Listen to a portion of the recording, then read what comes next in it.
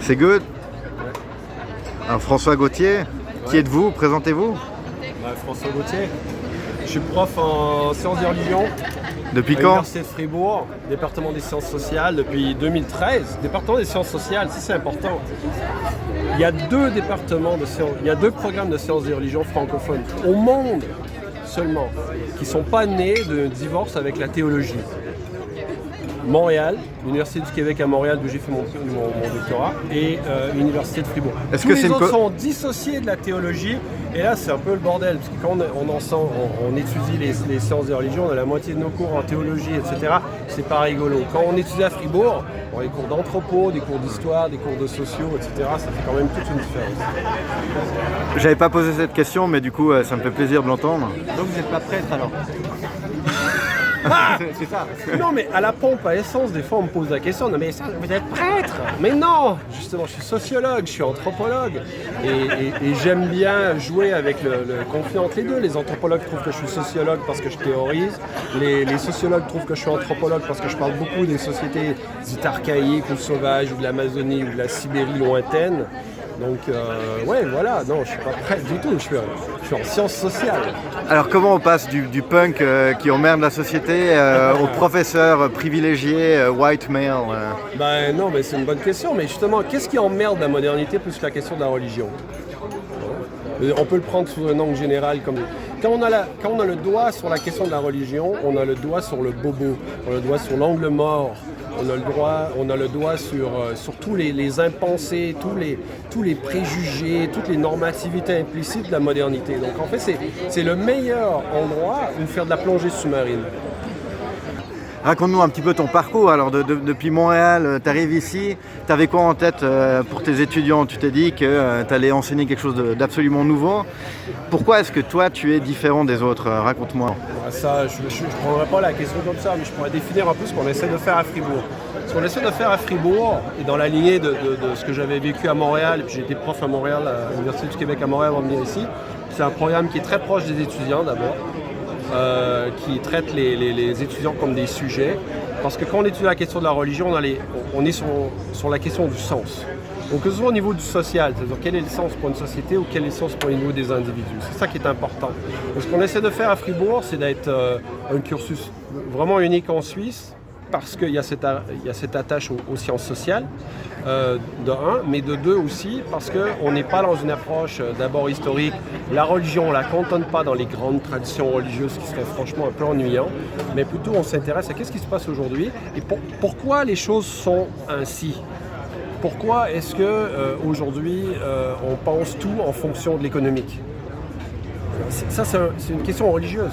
C'est-à-dire, si l'économique, si le marché donne la légitimation dernière pour l'éducation, la santé, les services sociaux, voilà, c'est une question qui intéresse les sciences et religions. Donc en fait, on a plusieurs niveaux. C'est très complet, je trouve, comme programme. D'abord, on va s'intéresser, ou pas d'abord, mais aussi on va s'intéresser aux traditions religieuses, qu'est-ce que l'hindouisme, qu'est-ce que le bouddhisme, mais toujours en lien avec des questions, qu'est-ce qui se passe aujourd'hui? Qu'est-ce que la mondialisation? Qu'est-ce qui a changé? Le yoga, c'est de la religion, c'est de la spiritualité. Les gens qui nous disent spiritualité par religion, c'est crédible ça? Qu'est-ce qu'on fait conceptuellement avec ça? Et qu'est-ce que de s'interroger sur les mythes fondateurs de notre société ici nous permettent comme engagement politique, comme engagement social? Plusieurs de nos étudiants en ce moment travaillent sur des questions liées à l'écologie. L'écologie, sacralisant la nature, voulant lui donner des droits, c'est une question qui est une question de sciences et religion. Ok, et est-ce que c'est pas... Est-ce que de dire que l'écologie moderne est un mythe aussi parmi comme les autres, est-ce que c'est pas aussi coincer un petit peu les militants? Est-ce que c'est pas un peu déconsidérer leur propre combat? Non, au contraire, c'est de la valoriser, c'est de donner toute la profondeur existentielle à tout ça. Il y a deux manières de concevoir la religion. La religion conçue de manière standard, on va dire, c'est de dire « Ah ok, ça c'est une religion ». C'est pas du politique, c'est pas de l'artistique, c'est pas de l'esthétique, c'est de la religion. C'est-à-dire, on commence par différencier la religion du reste, du social. Bon, ça c'est ce qui se fait majoritairement.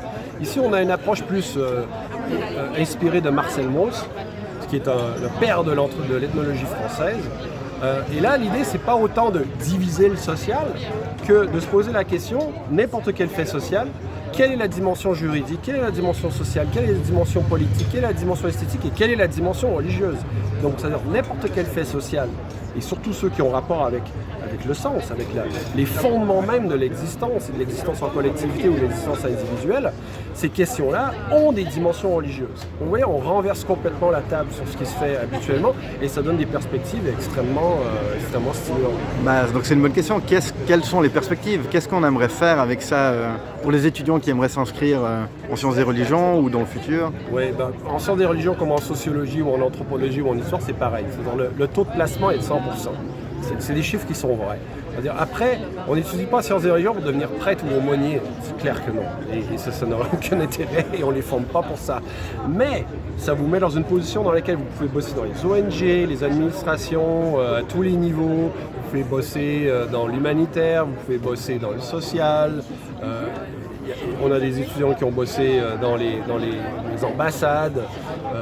Il y a énormément de choses. Donc, c'est-à-dire, ce que vous allez apprendre en sciences des religions, c'est des choses qui vous mettent en position de force par rapport à des questions d'intégration sociale, de diversité, de multiculturalisme, de globalisation. Et ça, actuellement, c'est majeur. Et puis, on est en Suisse, toutes les institutions, ou presque internationales, sont basées en Suisse. Donc, en fait, s'il y a un endroit dans le monde où il y a un marché du travail pour des gens qui ont fait sciences des religions à l'intérieur d'un cursus sciences sociales et non théologie, c'est ici.